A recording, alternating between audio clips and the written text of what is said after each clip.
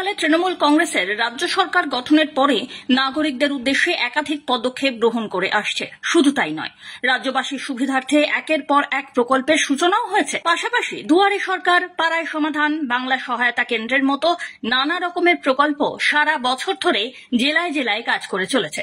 এমন অবস্থায় রাজ্য সরকার আরও এক নয়া মাইল ফলক রচনা করতে চলেছে।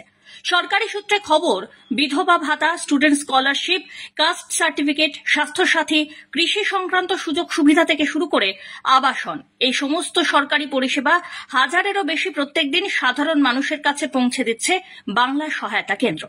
পাশাপাশি রাজ্যের প্রায় ৩৭০০রও বেশি বিএসকে কেন্দ্র বা বাংলা সহায়তা কেন্দ্রতে প্রায় প্রত্যেক দিন হাজার হাজার মানুষ ডিজিটাল পরিষেবা গ্রহণ করে চলেছেন। আর এই আবহেই আরও একবার বড় এক সাফল্যের খবর সামনে এলো। মুখ্যমন্ত্রী মমতা বন্দ্যোপাধ্যায় তাঁর এক্স হ্যান্ডেলে রাজ্যবাসীর উদ্দেশ্যে জানিয়েছেন যে খুব কম সময়ের মধ্যেই বাংলা সহায়তা কেন্দ্রে বিভিন্ন পরিষেবায় ই-ওয়ালেটের মাধ্যমে আর্থিক লেনদেন ১,০০০ কোটি টাকা পেরিয়েছে।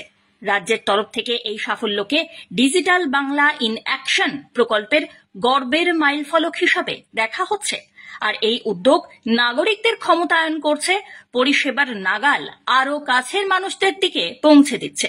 সর্বজনীন প্রশাসনের লক্ষ্যে এটি একটি বড় পদক্ষেপ বলে উল্লেখ করেছেন মমতা। Bureau report.